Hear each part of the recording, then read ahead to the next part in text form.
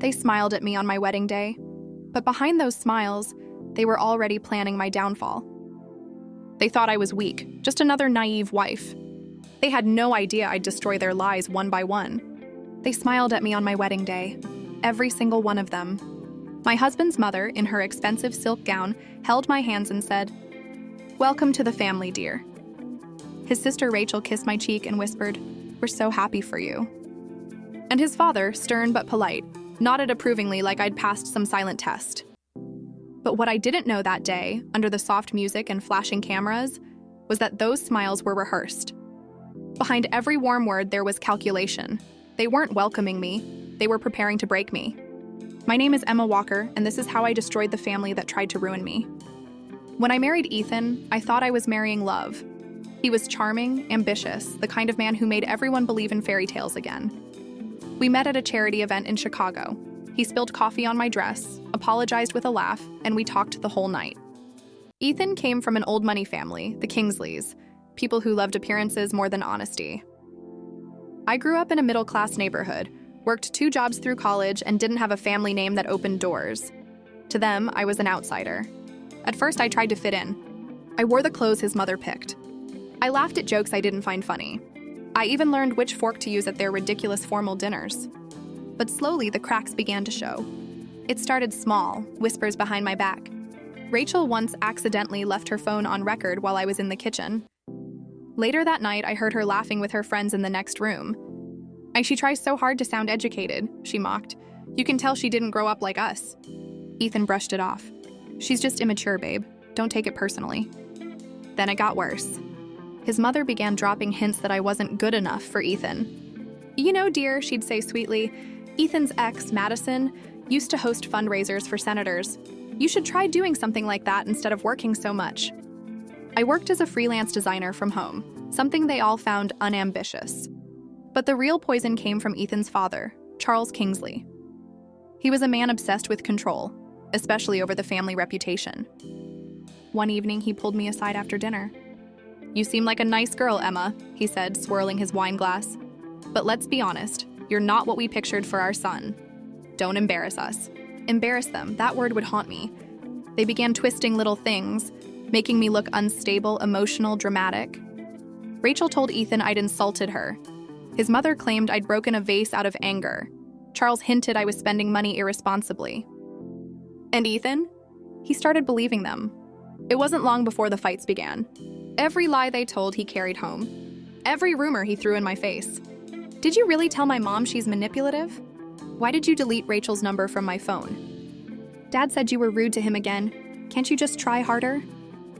No matter how many times I explained, he didn't listen. I was losing him, and they were winning. Then one day I found a message on his phone. It was from his mother. "We just need to push a little harder. She'll leave on her own. Trust me." My blood turned cold. It wasn't paranoia anymore, it was a plan. That night, as Ethan slept beside me, I stared at the ceiling, wide awake. The people who smiled at me on my wedding day wanted to destroy my marriage and my life. But they had underestimated me. They thought I was quiet, naive, harmless. They thought I'd break. They had no idea who they were dealing with. That was the night I made a silent promise to myself. I wouldn't scream. I wouldn't fight their way. I'd collect their lies, their messages, their secrets. And when the time was right, I'd bring their entire world down, piece by piece. The next morning, I woke up early, made breakfast, and kissed Ethan like nothing had happened. Because sometimes revenge doesn't start with anger. It starts with silence. The night I ran out of that house, the cold air hit my face like punishment. My heart pounded in my chest, and every breath came out like smoke in the dark. I didn't take my phone, my wallet, nothing. Just me, barefoot on the wet pavement, shaking and broken. Behind me, the house glowed faintly from the living room lights. But to me, it already looked like a stranger's home.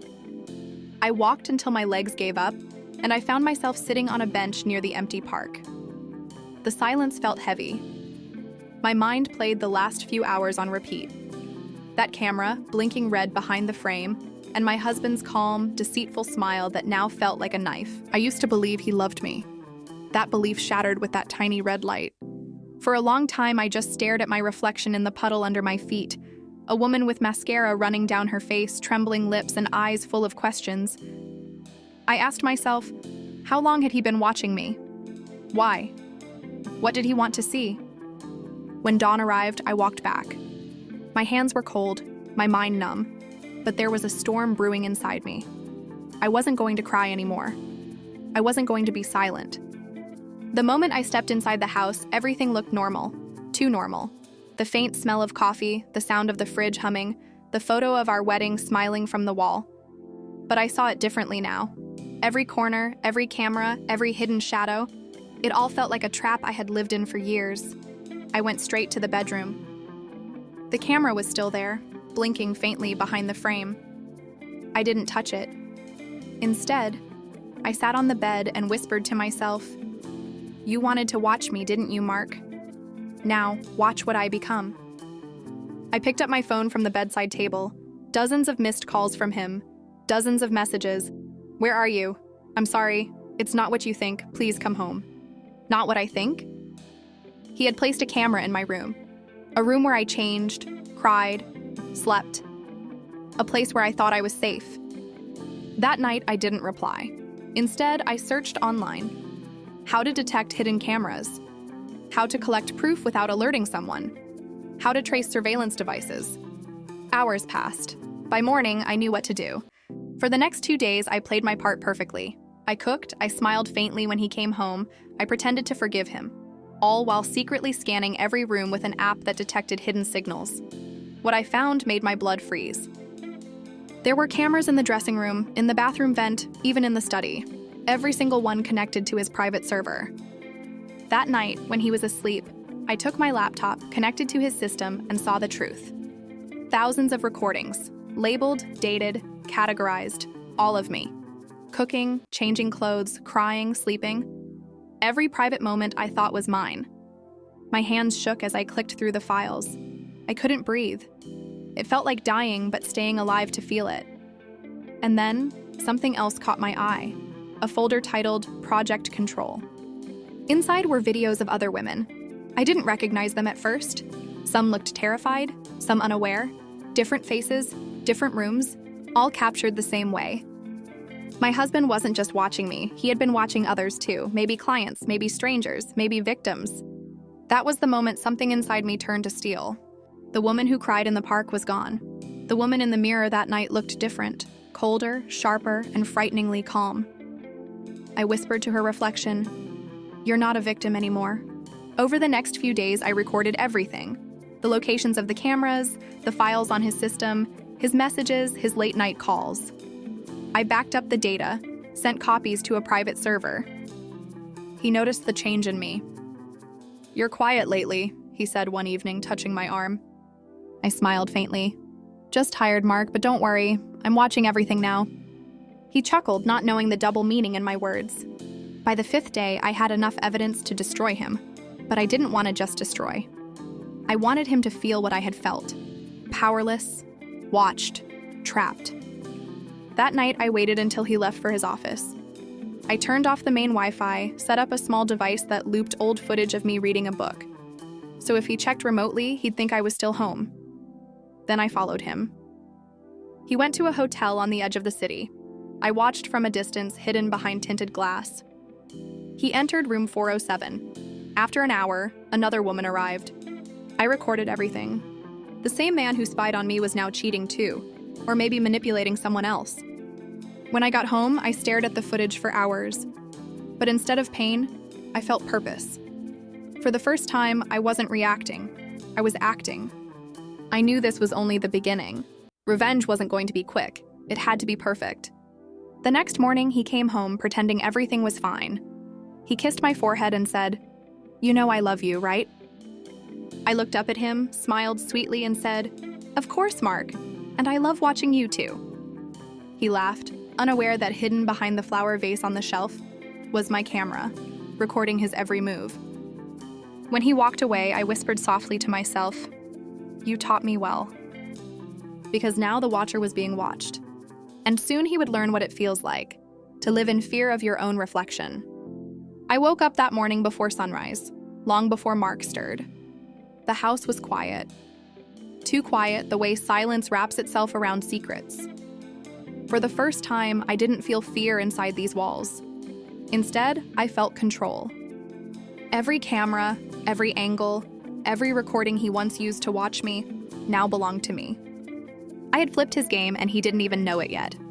Mark was still asleep when I tiptoed past him, his face peaceful, almost innocent. If someone saw him like that, they'd think he was just an ordinary husband, not a man who had built a private world of hidden eyes. By now, I had enough footage to end his career, destroy his name, and maybe even put him behind bars. But that wasn't enough for me.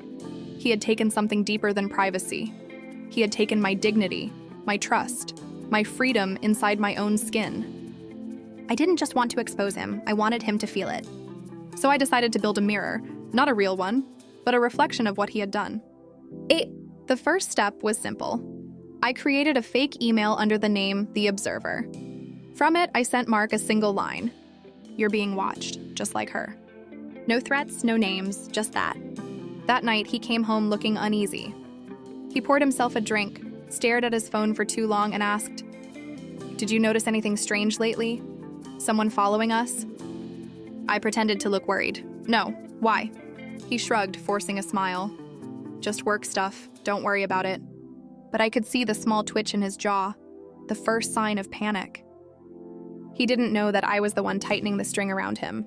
Over the next few days, I planted small clues. I replaced his car's dashcam SD card with one showing a few seconds of my face. Just my reflection in the rearview mirror, eyes cold, expression unreadable. The next morning, I watched from the hallway as he played the footage. His hands froze. He looked around the empty room, whispering my name. "Lena, did you use my car yesterday?"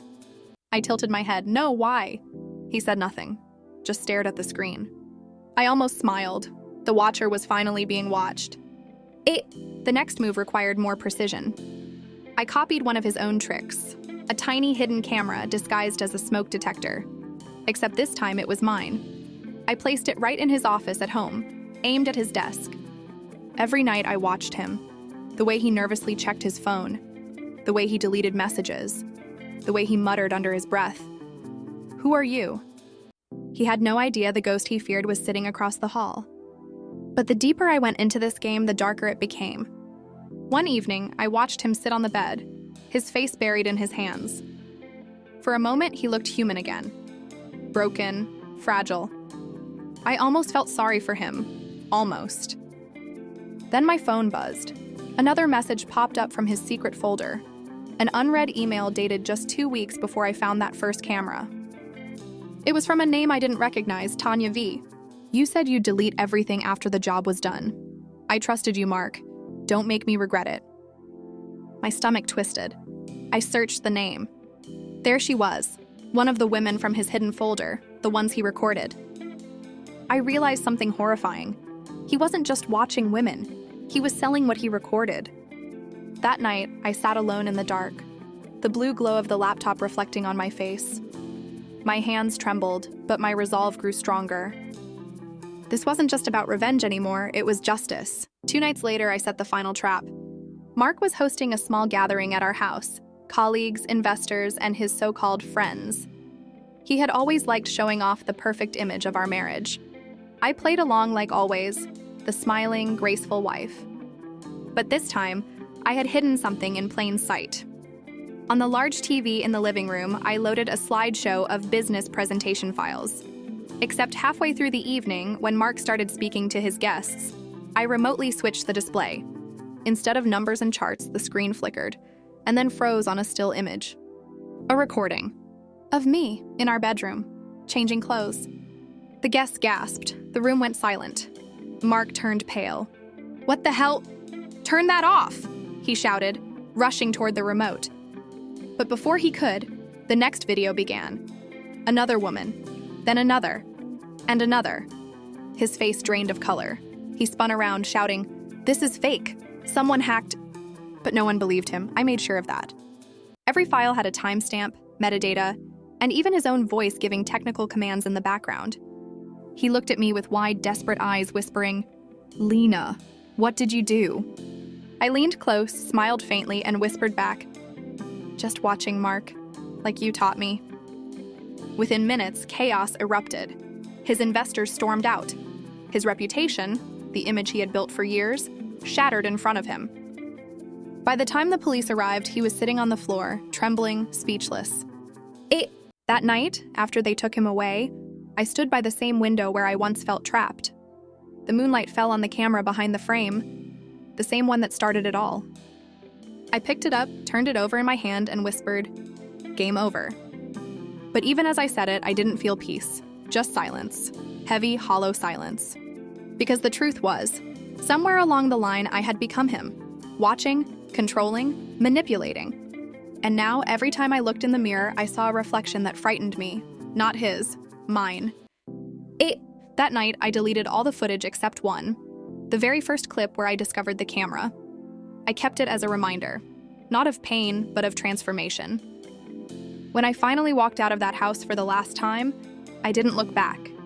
But deep down, I knew something. The cameras might be gone, but the feeling of being watched never really leaves you. When the news spread through the neighborhood that Michael and his family were under investigation, I didn't feel joy. I felt peace. For months, I'd been living like a ghost, quietly watching their empire crumble from a distance. His mother stopped hosting her charity teas. His sister deleted all her glamorous photos. His father was suddenly too ill to attend church. They had built their reputations on lies, and I'd finally shown the world what those lies cost. But the funny thing about revenge is that it never really ends where you think it will. Because just when I thought I was free, I received a letter. It was from Michael. "Lena, you've done enough damage, let's talk." For a long time, I just stared at that letter. The handwriting was familiar, calm, confident, manipulative. The same man who once whispered love into my ear now wanted to talk. I almost threw it away, but a part of me needed closure. I needed to look him in the eyes and see if he regretted anything. So a week later, I met him, in a small empty cafe downtown. He looked nothing like the man I once married. His eyes were tired, his hair messy, and the arrogance that once dripped from his voice had turned into something else. Fear. "Lena," he said softly, "you've destroyed everything." I didn't respond. I just stirred my coffee slowly, watching him squirm. "My parents lost everything. Our accounts are frozen. My mother's heart condition." "Oh, please," I interrupted, "don't play the victim now." He clenched his jaw. "You planned this. You used me." "No," I said calmly. "You used me. I just finished what you started." For a moment, silence hung between us, thick and heavy. Then he leaned forward, lowering his voice. "You think you won? You haven't seen the last of me." I smiled. "I don't need to. You've already lost everything that mattered to you." And with that, I stood up, left some money on the table, and walked out, leaving him behind with his cold coffee and colder heart. That night, I sat alone in my apartment, the same place where I'd rebuilt my life from ashes. The walls were quiet, no more cameras, no more whispers, just peace. I thought I'd feel empty, but instead I felt something powerful, freedom. Not the kind that comes from hurting others, but the kind that comes from finally standing up for yourself. Over the next few weeks, I focused on healing. I started therapy, joined a support group for women who'd survived manipulation and emotional abuse, and even enrolled in an online course in criminal psychology. Funny, isn't it? The woman they tried to silence was now learning how to read the minds of people like them. But life has a strange way of testing you, right when you think you're done with the past. One morning, as I left for work, I noticed a car parked across the street, a dark sedan, the same one I used to see near our old house. At first, I brushed it off. Coincidence, I told myself. But when I saw it again the next day and the next, my instincts kicked in. Someone was watching me. I decided not to panic. Instead, I started documenting everything. Dates, times, photos. After what I'd been through, paranoia wasn't a weakness, it was survival.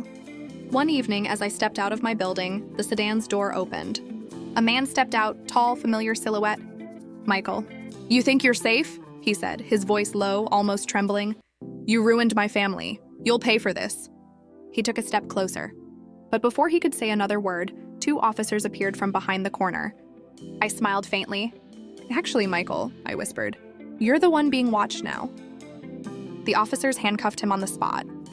I had filed a restraining order weeks ago, and when he broke it, he sealed his own fate.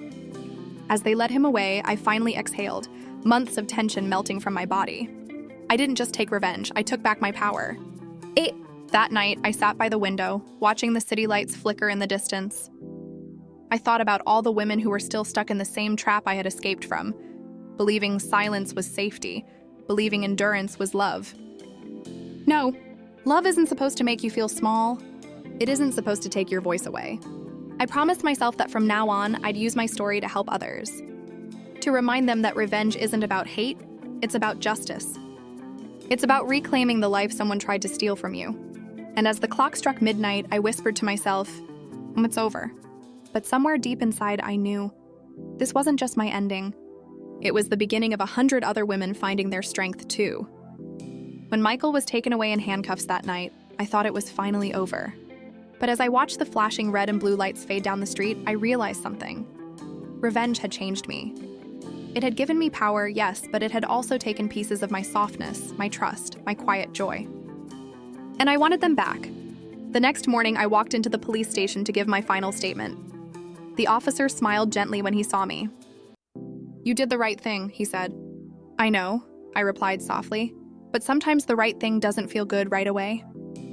I sat there telling them everything, how Michael's family had framed me, stolen from me, and tried to erase my existence. How every rumor, every lie, every cruel whisper had pushed me to the edge until I decided to fight back. When I walked out of that building, I didn't feel anger anymore. I felt release. A month passed. The trial began. Michael's family tried to twist the story, painting themselves as the victims of a vengeful wife. But I had proof: bank transfers, recordings, statements from their former employees. And most importantly, I had the truth. When I took the stand, the courtroom fell silent. My hands trembled at first, but as I began to speak, my voice grew stronger. "All I ever wanted was a family," I said. But what I got was manipulation, greed, and cruelty disguised as love. They tried to break me, but I decided I'd rather stand alone than kneel to lies. The judge listened carefully. Even Michael wouldn't meet my eyes. His arrogance was gone, replaced by something hollow. When the verdict was finally read, guilty on multiple counts of fraud, extortion, and harassment, I didn't smile. I just closed my eyes and let out a breath I'd been holding for years. Justice wasn't loud, it was quiet. And sometimes quiet is all you need. A few weeks later, I visited the old house, the place where it all began. The windows were boarded up, the garden overgrown. The laughter that once filled the air had been replaced by silence and dust. I walked through the room slowly, memories flooding in, the fake smiles, the cruel remarks, the secret tears. In the living room, I found the spot where the hidden camera used to be. I knelt down and whispered, "You watched me once. Now the world watched you fall." As I turned to leave, a small smile broke across my face. Not of revenge, but of freedom. Over time, I rebuilt myself, piece by piece. I started writing, sharing my story with women who'd been silenced by fear. I spoke at small gatherings, community centers, and online groups, reminding others that pain doesn't define you, your response does. People began calling me the woman who fought back. But I wasn't a hero. I was just someone who'd had enough. One evening, as I sat by the window with a cup of tea, I received an email. It was from a young woman in Texas. "Lena," she wrote, "I saw your story. I thought I was alone, but now I know I'm not. Because of you, I left the man who was destroying me. Thank you." Tears filled my eyes as I read her words. That's when I realized my revenge wasn't just about punishing them. It was about breaking the cycle. Months passed, and one morning I woke to the sound of rain tapping on the glass. For the first time in years, I felt calm. I looked at my reflection. Stronger, wiser, scarred, but still standing. Revenge had been my fire. But justice was my peace. I took a deep breath, opened my journal, and wrote my final words on the story that had once consumed me. They tried to ruin me, but in the end, they built the woman they feared most, the one who could no longer be broken. I closed the book, smiled, and whispered, "It's over now." Outside, the rain turned into sunlight spilling across the city, like life reminding me that even after the darkest storms, there's always a new beginning. And that was the day I finally forgave myself. Not for what I'd done, but for ever letting them make me forget my worth.